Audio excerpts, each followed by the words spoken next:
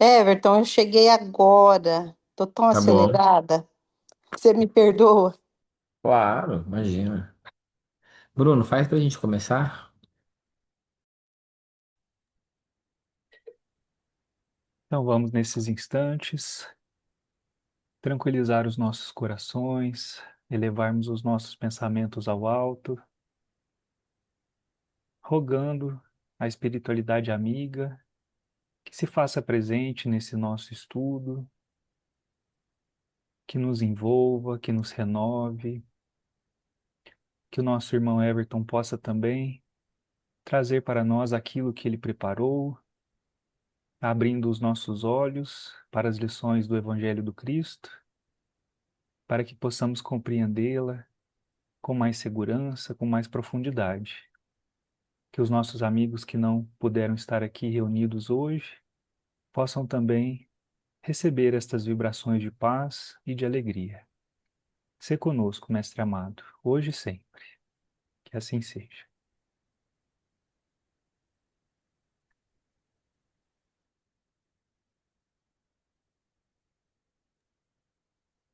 Boa noite, Fabricim. Bom, Boa noite. vamos lá. Vocês se lembram, gente, que a gente começou a estudar a transfiguração. E a gente tem um panorama, assim, geral, né? Ah, falamos um pouquinho do episódio como um todo. E a gente pegou uma... Falamos até do que é teofania, né? Lembra? Que é o encontro com Deus, falamos ah, de- das, ah, das identidades, né? Falamos do desencarne do Chico, a gente trouxe um depoimento da Mais Braga, falando como o Chico chegou de lá e tal, e a gente encerrou meio que falando assim que todos nós gostaríamos de morrer como o Chico morreu, mas poucos de nós, ou nenhum de nós, gostaria de viver como o Chico viveu. A glória a glória nos é cara, né? Assim, mas o trabalho naquele patamar, nem tanto. Bom, muito bem. E a partir daí a gente vai seguir para ir levantando os pontos e tal que a gente possa fazer. O Levantando Mãos é um texto de Emmanuel que começa a dirigir para aquilo que a gente quer tratar sobre esse versículo um e já vamos emendar no 2. Então ele diz assim: ó, quero, pois, que os homens orem em todo lugar, levantando mãos santas, sem ira nem contenda. Então, levantar a mão, a gente pensa, né, um gesto de genuflexão com as mãos postas, como sendo o louvor, né? Mas muitas vezes não é. Muitas vezes ele é só exterior. Alguns aprendizes desejarão lobrigar no texto apenas uma exortação, quer dizer, um convite, né, às atitudes de louvor. No entanto, o convertido de Damasco esclarece que devemos levantar mãos santas em todo lugar, sem ira nem contenda. A Clarinha deve estar entrando aqui. Ela me ligou para contar de uma briga que o Miguel viu na rodovia, de uma pessoa perseguindo outra e tal. Então, você vê que a gente anda num estágio de irritação, de que qualquer coisa é motivo para discussão, para briga, né, e tal. Aí ele vai mais, ele diz: não se referia Paulo ao ato de mãos postas que a criatura prefere sempre levar efeito em determinados círculos religiosos e tal, pelo artificialismo. Lendo-lhe o conselho, é razoável recordar que o homem, no esforço individualista, invariavelmente ergue as mãos na tarefa diuturna, diuturna de todo dia, né? Se administra, permanece indicando caminhos. Se participa de labores intelectuais, impõe a pena. Se opera no campo, guiará um instrumento agrícola. Então ele começa a dizer daquilo que o homem faz com as mãos no seu trabalho. E todos nós, no nosso labor, ah, os mais puristas vão falar na faina diária, vai, vai cuidar do interesse que, primeiramente, é privado, é um interesse próprio. Não diria egoístico, mas ele é próprio, né? Ele é particular. Paulo acrescenta, porém, que essas mãos devem ser santificadas.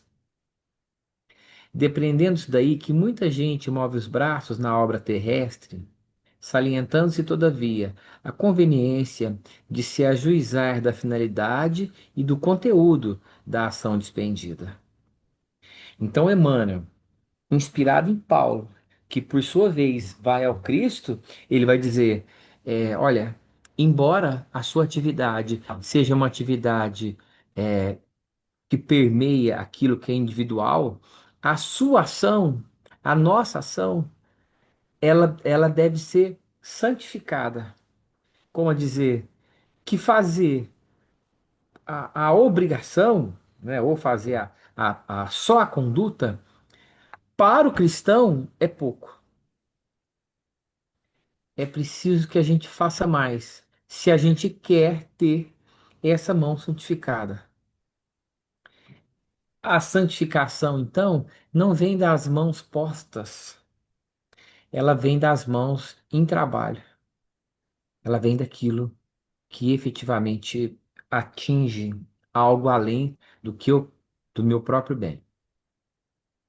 Se desejas aplicar o raciocínio a ti próprio, repara, antes de tudo, se a tua realização vai prosseguindo sem cólera destrutiva e sem demandas inúteis.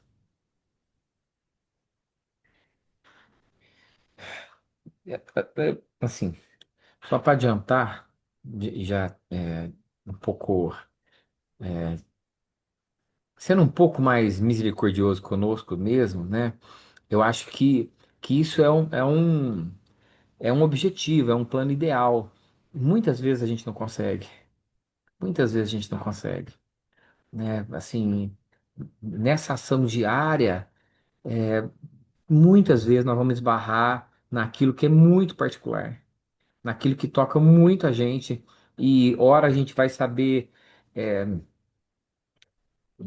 levar isso bem, se postar bem, e ora não, ora não. Mas no plano ideal, as nossas mãos serão santificadas quando nós fizermos mais do que aquilo que diz respeito apenas ao cumprimento do dever.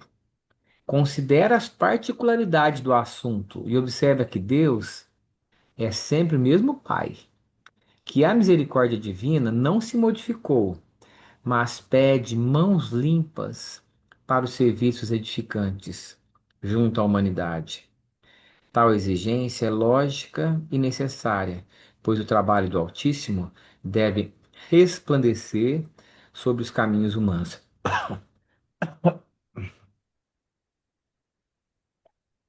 É bem, é bem claro, né? E depois tem um outro texto que a gente vai concluir aqui, é, a respeito das mãos, mas por que que eu estou falando de mão? Eu queria falar do número 10. Eu estou fazendo isso em respeito ao estudo que o pessoal de Uberaba fez. A respeito, eles enxergaram nesse versículo o número 10. Lembra que eu tinha falado que Lucas falou 8 dias, mas que os demais evangelhos falam 6? Fala depois de 6 dias. Bom, depois de 6 dias é qual dia? É o sétimo, o imediatamente depois, né? O imediatamente posterior. Mas no texto há três discípulos: Pedro, Tiago Maior e João Evangelista. Então, nessa interpretação, o número que se apresenta aí é o 10.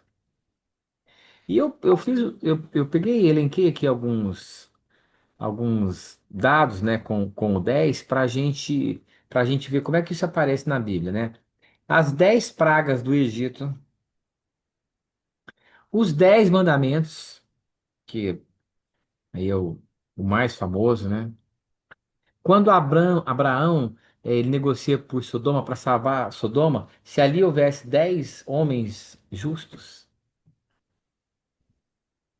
a parábola das 10 virgens, a cura dos 10 leprosos, a parábola das 10 minas, os 10 irmãos de José que vão para o Egito e deixam Benjamim para trás, os espiões levados enviado os 10 espiões, né, dos 12 que vão para Canaã. Mas tem outras circunstâncias.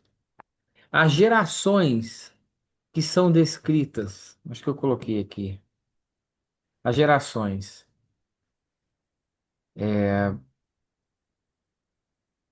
de Adão até Noé e de Noé até Abraão são 10 também.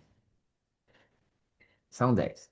Aí você fala assim, ah, tá, tudo bem. Mas e, e aí? Né? O 10 na gematria, lembra, Bruno, qual que representa o 10? Não sei se você já fez esse estudo, eu não me lembro. Não, é o iode, ou iota, né? Mas o iode, que é a menor letra do alfabeto hebreu. Aí, ó. É só um risquinho. É só um risquinho. Ela é a menor letra, é um tracinho suspenso, né? Quase que fosse o número um, assim, num formato tradicional, né? E ela representa o ponto da criação. Então, do numeral 10 sobressai a letra iode. Aí você fala assim, hum, mas o que tem com o iode? Lembra quando Jesus fala assim, mas o céu e a terra não passarão, enquanto não se cumprir o último, aí em algumas traduções fala o último J. Horrível, horroroso. Não é o último J, é o último iode, quer dizer, a menor das partículas. Eu pus algumas palavras aqui. Israel, Yeshua, que é o Cristo, ah, o termo, né, judeu, o nome de Deus, que não é Yahvé, que não é pronunciado, mas a gente pronuncia, José e a mão, e a mão. Então, a gente estava falando um pouquinho da mão no sentido geral, e o estudo nos leva agora um pouco mais especificamente para a nossa ação no bem ou no que a gente quiser, pela nossa mão. Deu para entender isso? Deu para entender, Marcos? Por que que eu estou falando do 10? Das... Tá. Aí quem que é inspirado no Yoda? Quem que é esse daí, gente? Quem que já assistiu Star Wars? É o É o Mestre mestre. Yoda, não é? O mestre Yoda. O Mestre Yoda. Que é inspirado no Yoda. Lembra que ele é pequenininho? Lembra disso? Às vezes vocês assistiram esse filme há muito tempo, mas ele é pequenininho. Ainda peguei uma imagem dele que é com o dedinho aí, ó.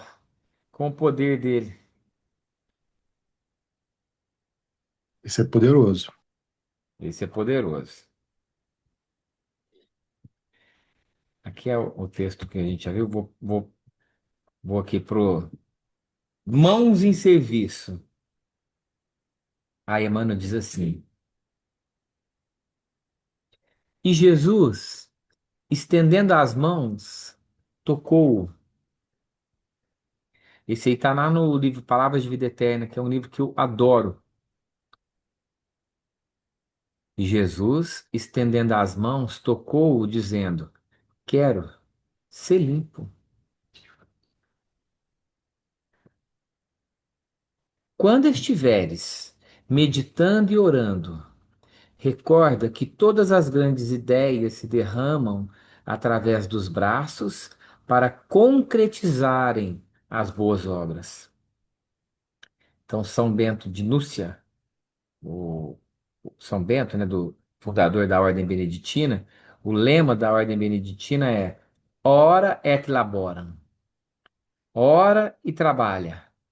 Então, o Emmanuel diz que quando a gente estiver orando, que a gente se lembre que através dos nossos braços é que as obras se concretizam.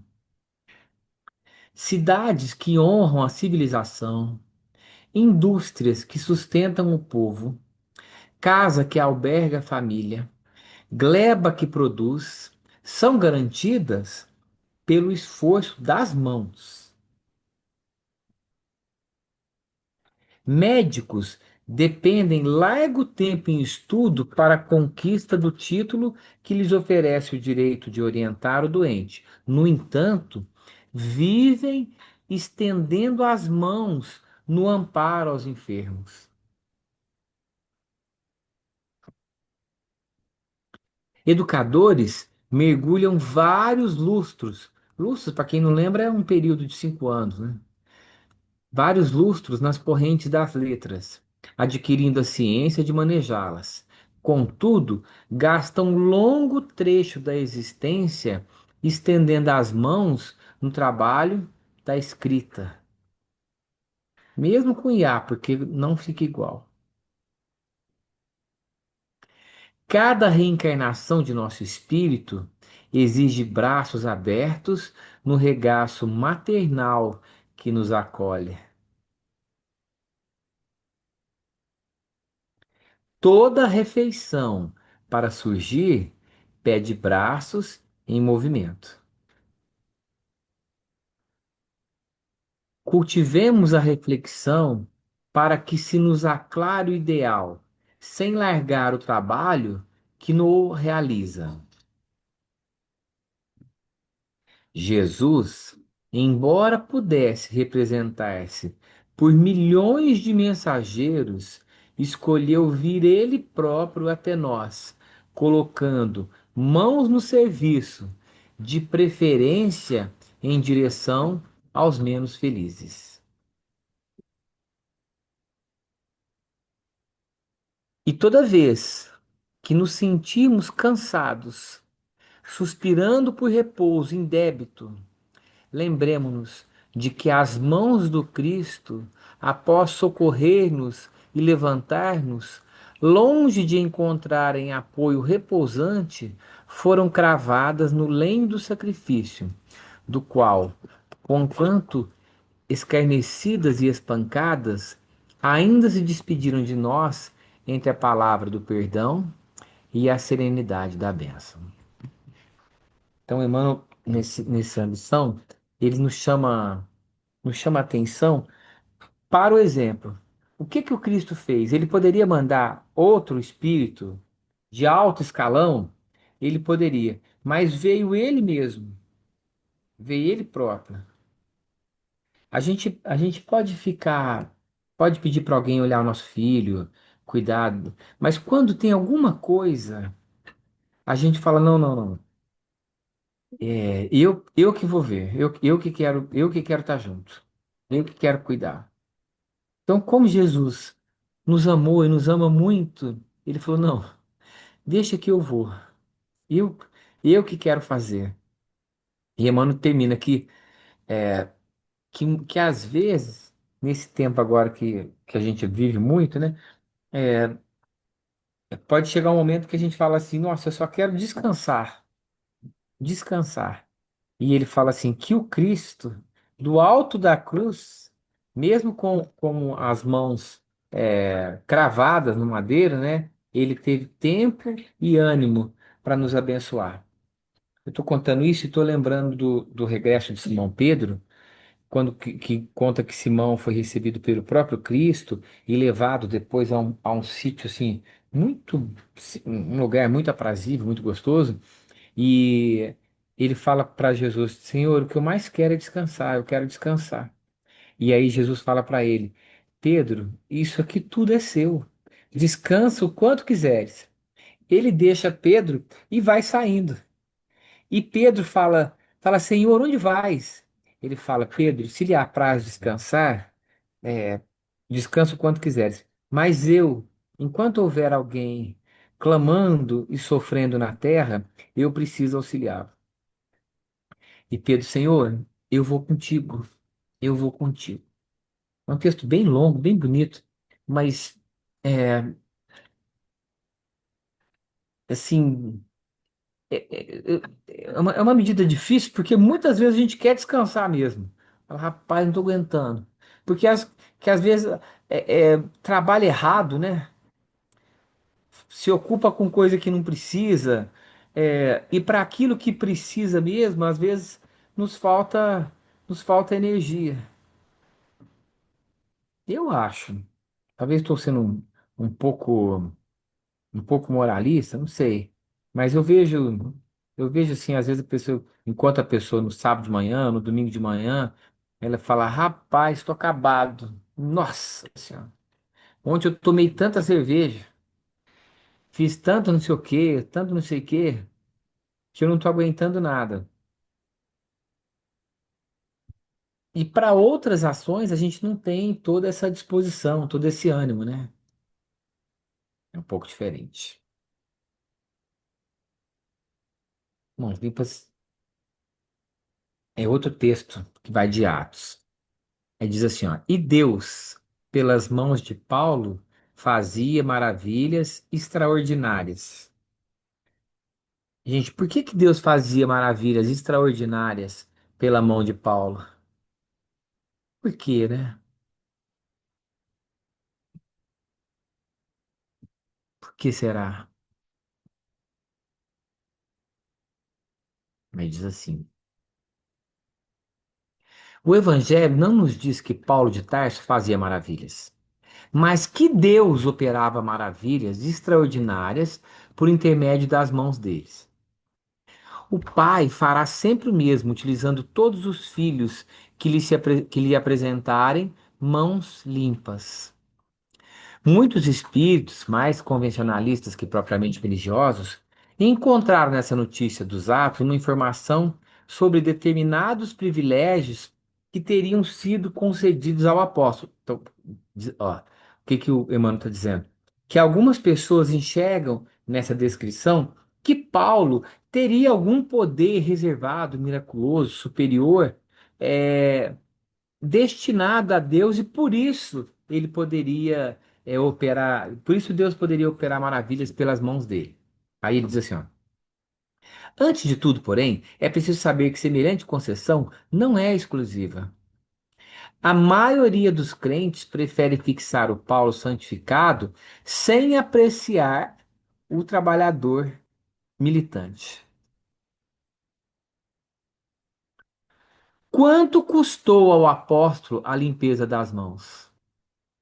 Raros indagam relativamente a isso.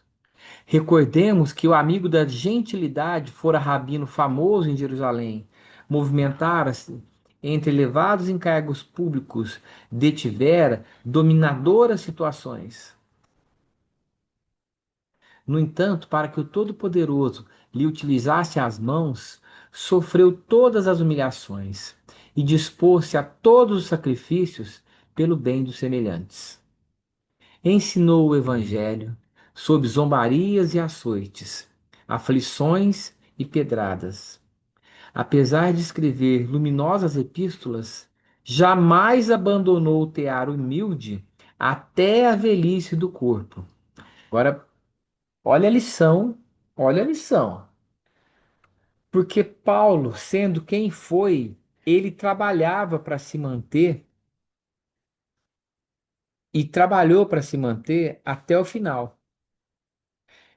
E não é que ele deixava assim, ele cuidava do teário e o tempo que sobrava ele dedicava ao evangelho. Não, era o inverso.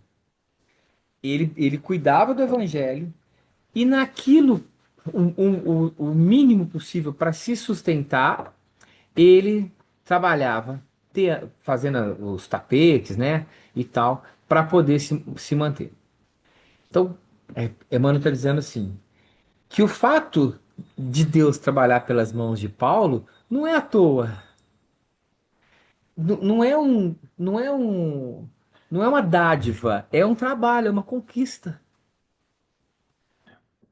Como diz Emmanuel, a, a, o gênio é a paciência que nunca cessa. O gênio é a paciência que nunca cessa. E uma frase que eu vi esses dias, ele fala assim: a repetição e a repetição é, te ensina a como não errar mais. Então, você não consegue mais errar de tanto que você fez, de tanto que você fez. Então, no caso de Paulo, foi tanto esforço, tanto labor, que lá pelas tantas, Deus operava maravilhas pelas mãos dele. Mas Emmanuel diz assim, que isso não é privilégio.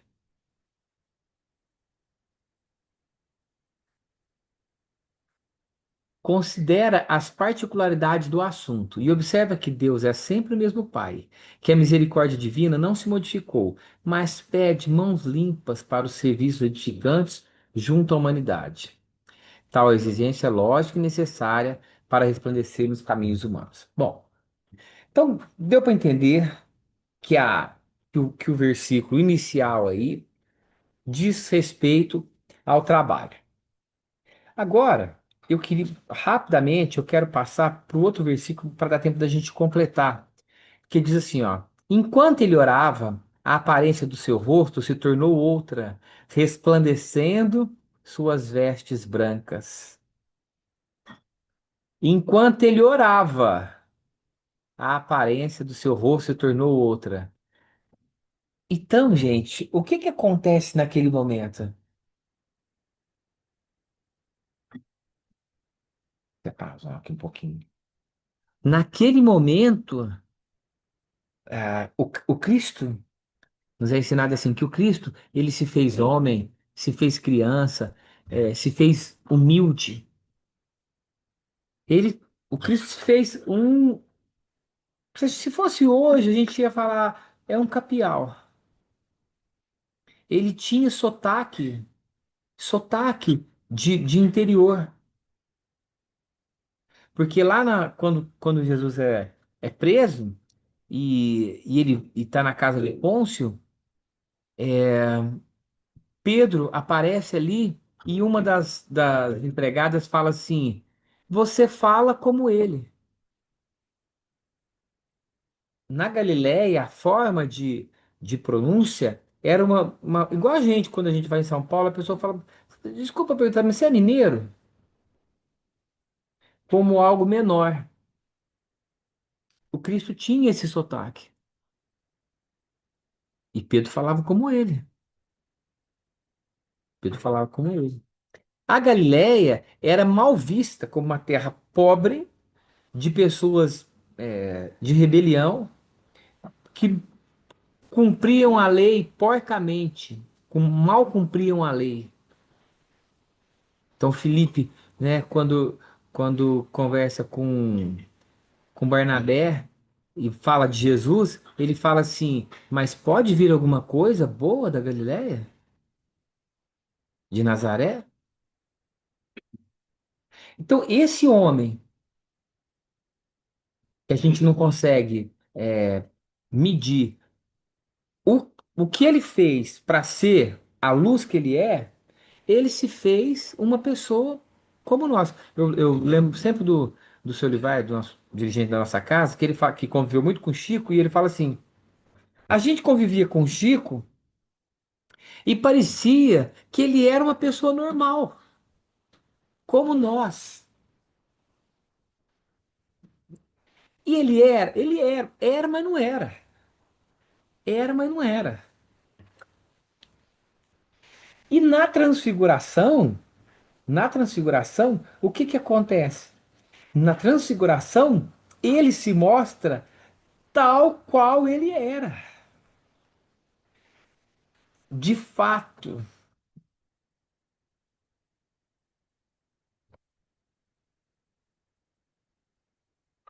Aí, ô Bruno, eu te mandei um vídeo aí, se você conseguir baixar pra gente passar depois rapidinho. Aí, deixa eu mostrar para vocês aqui uma coisa que eu queria comentar.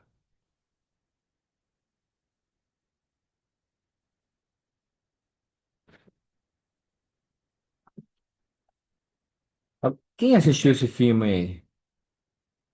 As Duas Faces de um Crime. Filme antigo. Não assistiram, gente? Eu assisti, mas faz um tempinho. É, ele é um filme de 1990. Eu também não vou lembrar, não, mas eu assisti. Assistiu? Bom, o outro ator, eu não coloquei o nome dele, mas ele é espetacular. E o que aparece na capa é o Richard Gere, né? Então, em Chicago, um arcebispo assassinado com 78 facadas choca a opinião pública e um jovem é acusado de haver matado o arcebispo. Um ex-promotor, que é o Richard Gere, que se tornou um advogado muito bem sucedido, passa a defendê-lo sem cobrar nada, tendo por motivo a intenção dele. Ele adora ser aclamado, visto pela mídia e também uma necessidade de vencer. Bom, por que que eu pus o filme? Vou dar um spoiler aqui, porque 30 anos do filme vocês não assistiram, não é culpa minha. É, o cara que é acusado de ser o criminoso, ele é o criminoso. E ele engana até o Richard Gere, até o ex-promotor, o seu advogado. Ele engana todo mundo.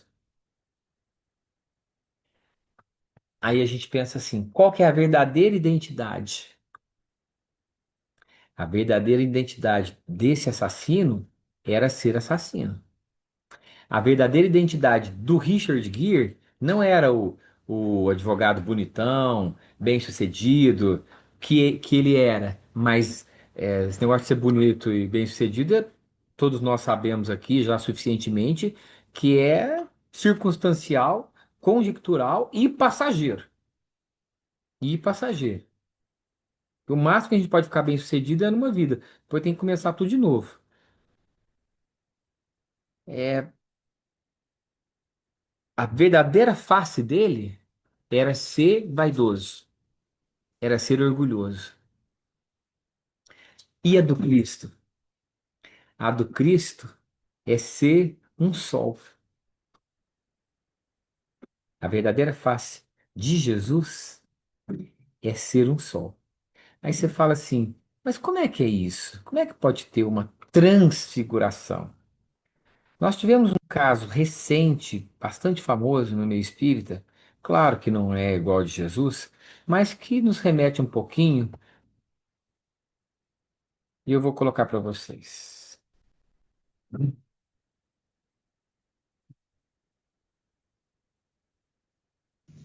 Você é o meu sol. Não me deixe. Continue aquecendo-me. Eu sou uma rosa aberta e não posso despetalar. Você é o meu sol. Eu olhei para o casal, saímos discretamente e quando pegamos o carro, eu olhei a mansão iluminada e a voz de Mark chegava até mim. Você é o meu sol. Não me abandone. Eu sou a rosa aberta. Aqueça-me para eu não despetalar. Ela possuía um sol. Mas nós possuímos o sol, essa estrela de quinta grandeza que sustenta o sistema. E temos dois sóis. Allan Kardec é o sol da nossa vida. Mas Jesus é o sol de primeira grandeza, a quem dizemos: aquece-nos, Jesus. Tu és o nosso sol. E nós somos botões de rosas que desejemos desabrochar para receber o aroma da tua mensagem na terra. Tu és o nosso sol. Vem ter conosco, Jesus, pois que, se contigo debatemo-nos da aflição e jornadeamos na ignorância, sem ti mergulharemos no caos. Aquece-nos, Senhor, para sermos dignos do teu inefável amor. Espíritas do mundo aqui reunidos, tende como templo o universo. Como vos disse Leon Denis, o apóstolo do espiritismo francês, mas conduzi Jesus em vossos corações, em vossas palavras, em vossos atos. Semeai a claridade inapagável da doutrina espírita. Onde fordes, deixai que ela brilhe por intermédio de vós. Sois agora mensageiros da luz do mundo. Fazei que a doutrina de liberdade que vibra, que pulsa em vós, encontre outros continentes de almas para conquistar. Não arroleis dificuldades, não adoteis desafios, não aponteis fracassos. A experiência resulta das tentativas de acerto e de erro. Em qualquer situação, amai. Diante de qualquer desafio, perseverai no bem. Caluniados, jamais caluniadores. Agredidos, nunca agressores. Perseguidos, não perseguidores. O Mestre espera por vós. E o missionário Allan Kardec, a quem homenageamos neste momento, vos inspira e vos guia em nome de Jesus. Sede fiéis até o fim e ide em paz. Que o Senhor de bênçãos vos abençoe. A todos nos abençoe. Em nome dos espíritos espíritas, aqui presentes de várias pátrias, abraça os corações de todos vós, o servidor humílimo e paternal Bezerra. Muita paz.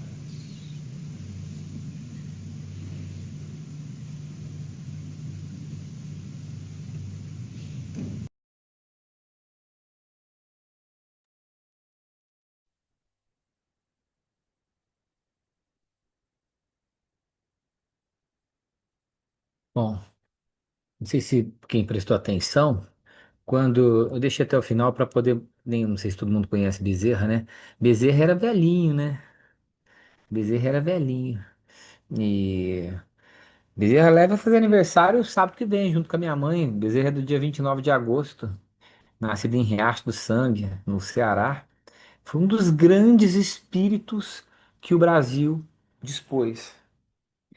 E nesse dia, nesse congresso, o Divaldo, para quem prestar atenção, vai ver que a expressão do Divaldo, a voz é evidente, né? Mas a expressão se altera por completo para um senhorzinho. Para um senhorzinho, embora o Divaldo também não fosse novo, mas ele era mais jovial, né? Então muda tudo.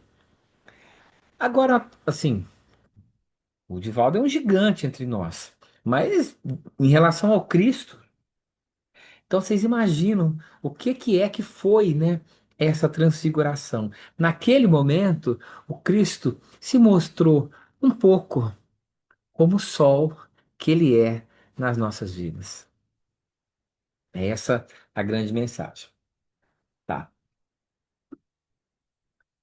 Eu falei um pouquinho do que a gente é, de nós, das duas faces do crime, né? Aquilo que se revela, e falei, e a gente tá pensando a respeito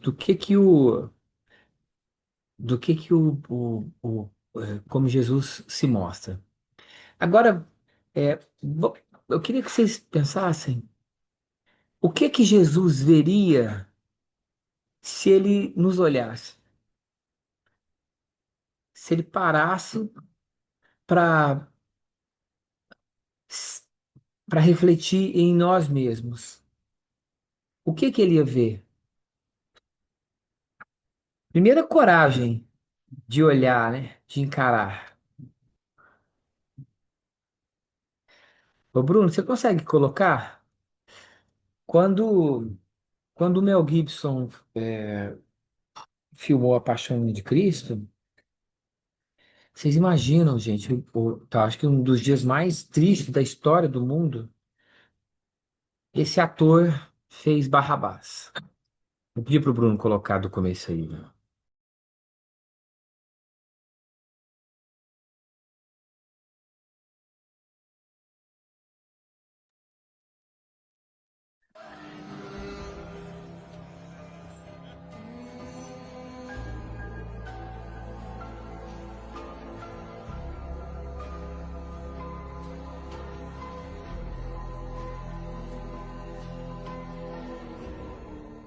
O Mel Gibson me falou, não olhar nunca o Cristo nos olhos. E realmente percebi como um calor, como pequeno calor nas costas aqui. Eu me esqueci que a situação de olhar Cristo, eu estava tão atrapalhado, aqui estava acontecendo uma cena muito gigante. Aqueles olhos não me deixou nunca. Como eu podia Cristo amar um pecador? Com tanta gente boa que tem no mundo, como pode olhar para mim?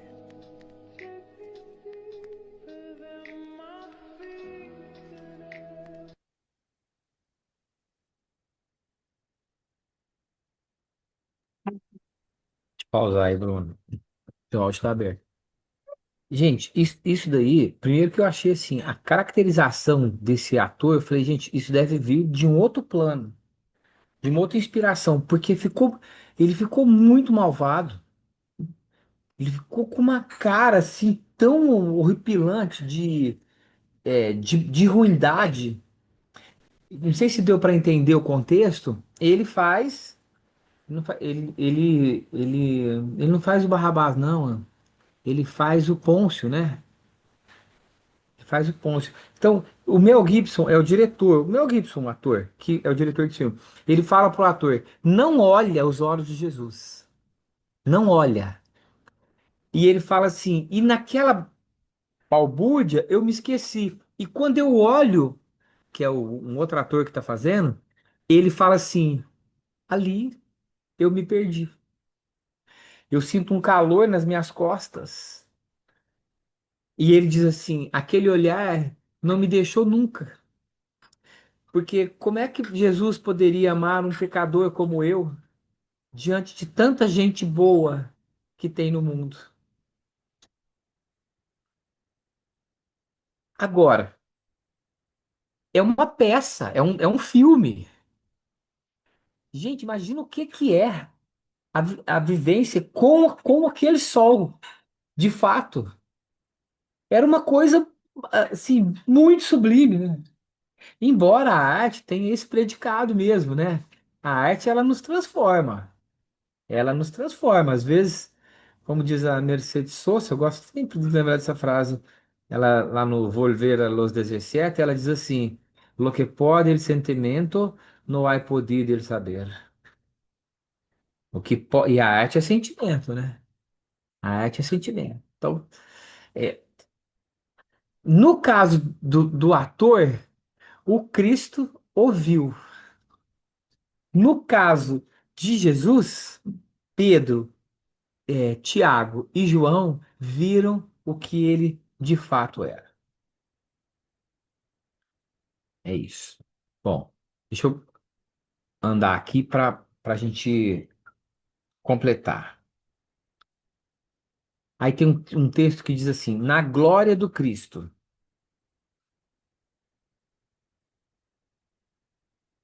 Se entre as vidas magnificentes da terra uma existe, na qual a mediunidade comparece com todas as características, essa foi a vida gloriosa do Cristo. Zacarias, o sacerdote, fez claro, evidente, a gente já conhece a história, né? Que o anjo Gabriel anuncia a chegada de João Batista. O mesmo Gabriel visita Maria. Nasce então Jesus sob luzes e vozes dos espíritos superiores. Ele usa o magnetismo divino que lhe é próprio e transforma a água em vinho nas bodas de Caná. Depois, intervém em fenômenos obsessivos, nos quais as entidades inferiores, né, deixam a alienação, mental do obsediado de Gadara, ou na exaltação febril da sogra de Pedro. Achei tão interessante que todas essas ocorrências aqui nós já vimos, né?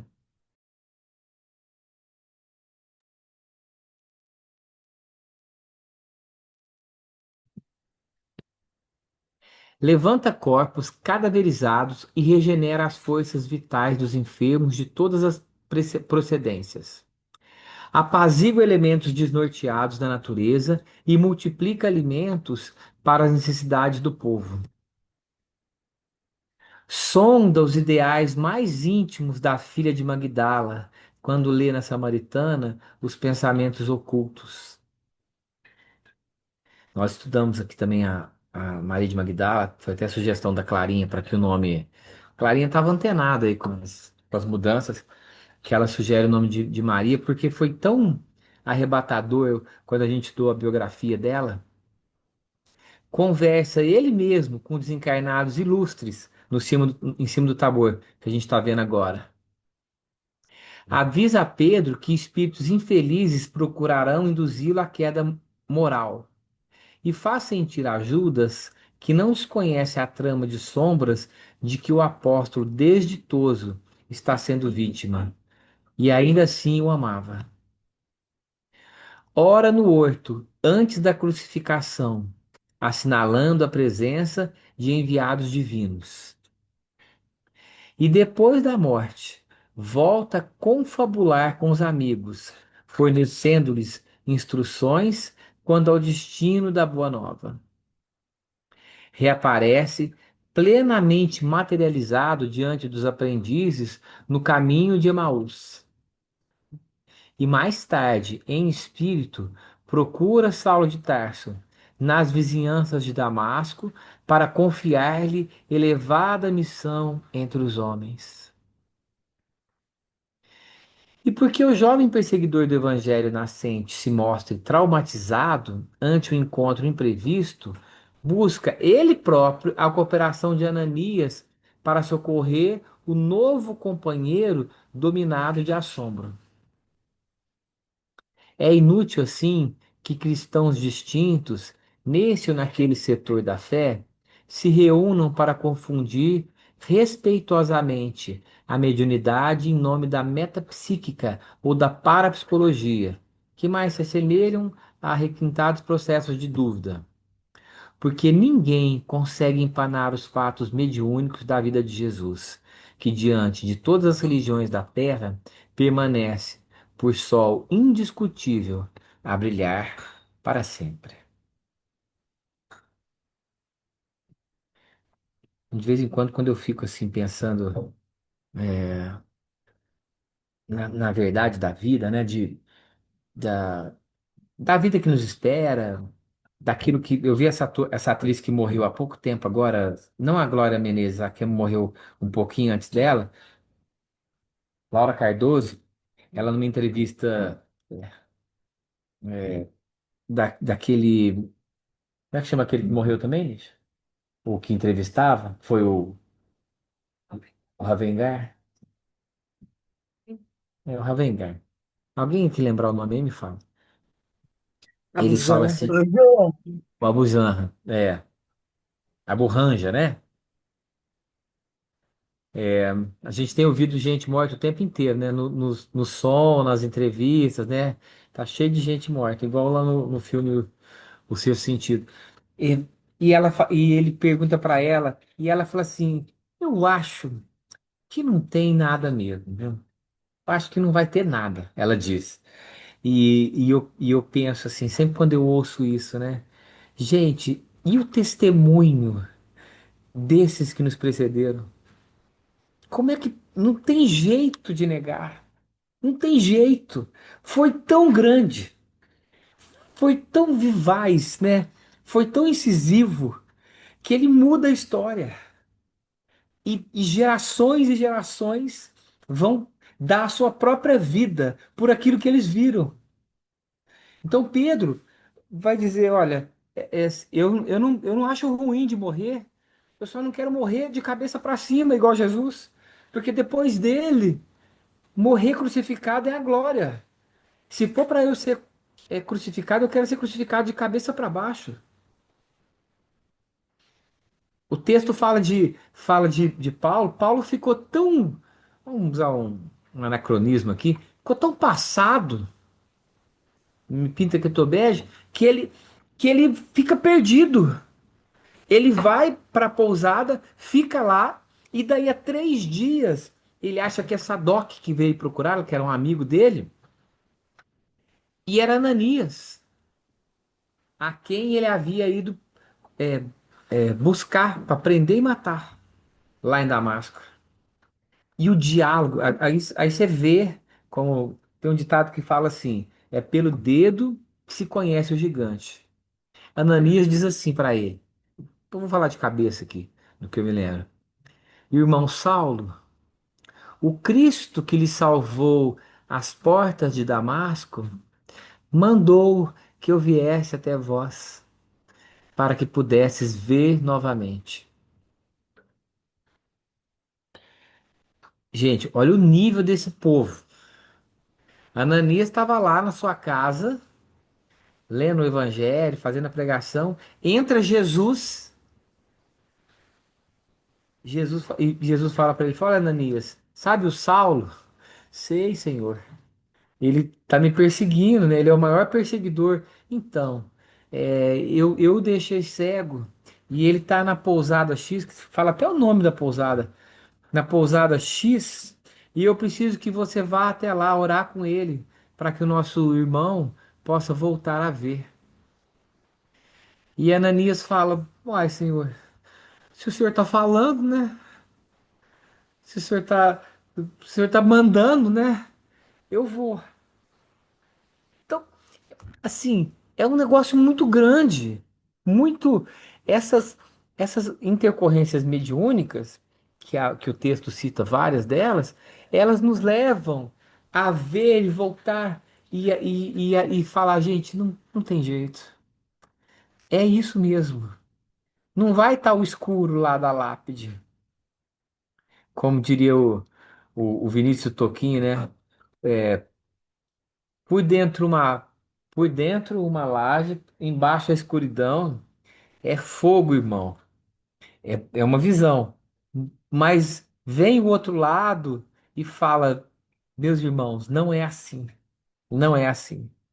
No nosso caso, a gente vê a transfiguração do Divaldo, a gente vê as comunicações, a gente estuda o texto, né?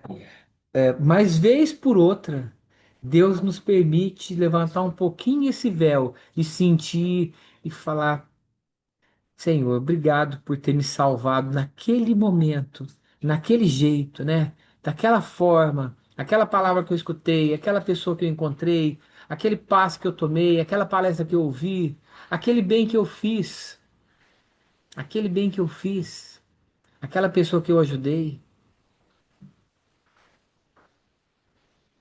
É muito melhor. O Dr. Bezerra, ele fala lá no finalzinho do texto dele, ele fala assim: caluniados, caluniadores nunca. Feridos, ferindo, não mais.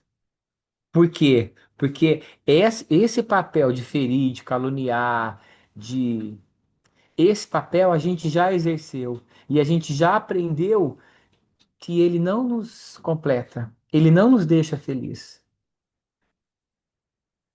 Há questões mais sérias na vida, há outras coisas. No final, fica a essência. Tô falando da arte aí. Nós reassistimos uma peça essa semana que fala exatamente disso, né? De um casal envelhecendo junto, tal, e as agruras do corpo físico, né? Do relacionamento a dois, né? E tal. Mas a essência, o que fica é a essência, né? O que fica é o que a gente é. Então, essas circunstâncias da vida, se a gente é, não é que é, não é que é fácil, assim, não preciso me preocupar com isso, não é isso. É que não é o mais importante. O mais importante é o essencial. O mais importante é o essencial. Então, se eu estiver preocupado com o essencial, tá tudo certo. É isso aí. Everton, Oi, Karen. eu refletindo aí nas suas palavras, né? Esse final de semana eu estive lá em Uberaba, lá na casa do Chico, e eu tirei uma foto de uma frase lá, porque o Chico também foi uma estrelinha refletindo no sol, que é Jesus, né? E essa frase diz assim: Meus filhos, ninguém escarneça da criação. O grão de areia é quase nada, mas parece uma estrela pequenina, refletindo o sol de Deus, né? Agora, Jesus, né, estava refletindo esse sol imenso, né, de Deus. Pensa bem o que não era essa luz, né? Essa luz que resplandecia dele, né? Então, e aí a gente se espelha nessa pequena estrela que estava tão próximo de nós, que foi o Chico, né? Resplandecendo a outra face, né, de Deus através de Jesus, né? É isso. Amei, viu? Obrigada. Você esteve lá, né, Karen? Então Fui, vamos sábado, fazer uma vamos fazer da excursão nossa para turma para lá. lá. Vamos sim, é gostoso. É muito gostoso. É Faz uma a energia visita e tal. boa, a casa dele tem a energia lá, né? A gente sente, né?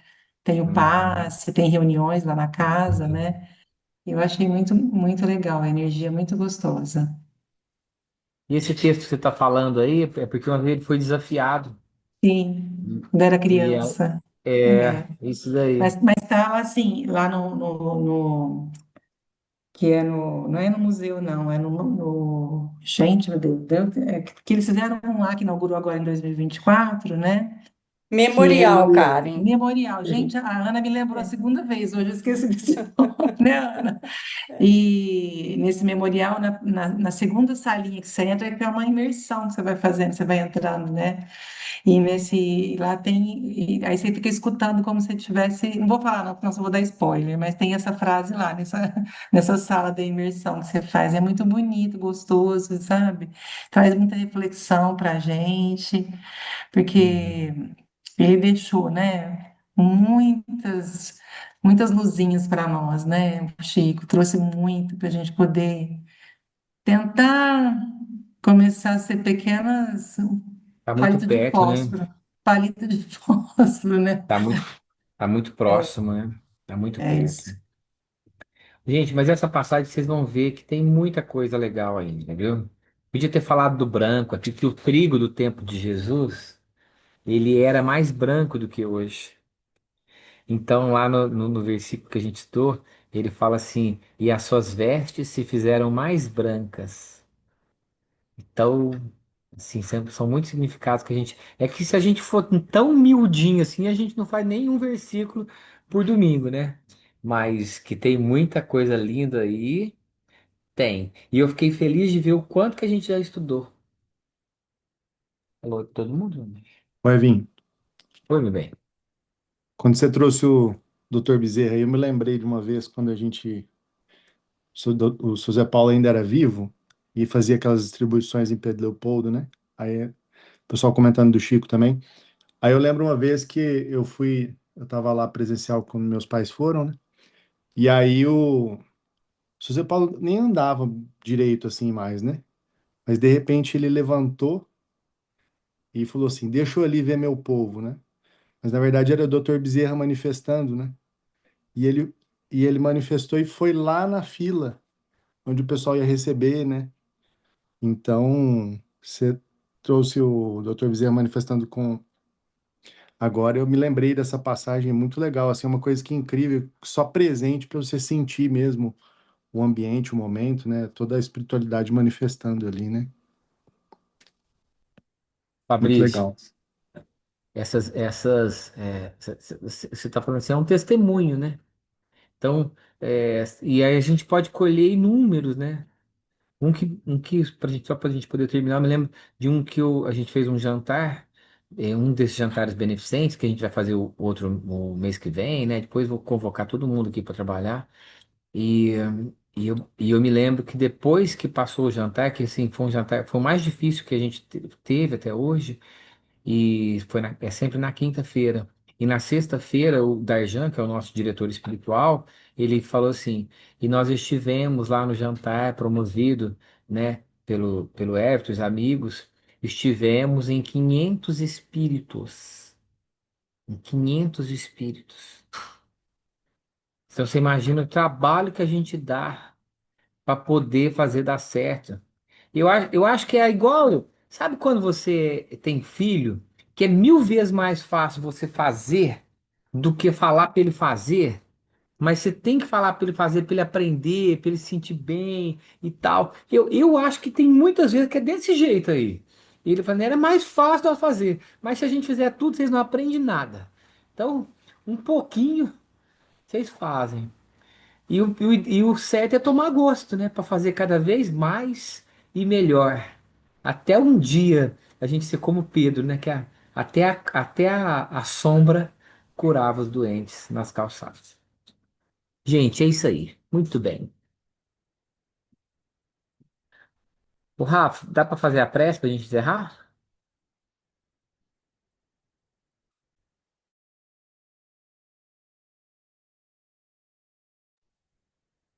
Vamos elevar nosso pensamento a Deus, a Jesus, e por mais alguns instantes conseguir absorver um pouco mais dos ensinamentos de hoje, agradecer pela semana que passou e pela semana que se inicia, e pedir para que o Mestre Jesus permaneça sendo o sol e nós sendo os botões de rosa a desabrochar, recebendo seus ensinamentos. Obrigado, Senhor, por mais um estudo, por mais uma semana. Se conosco, hoje, agora e sempre. Que assim seja.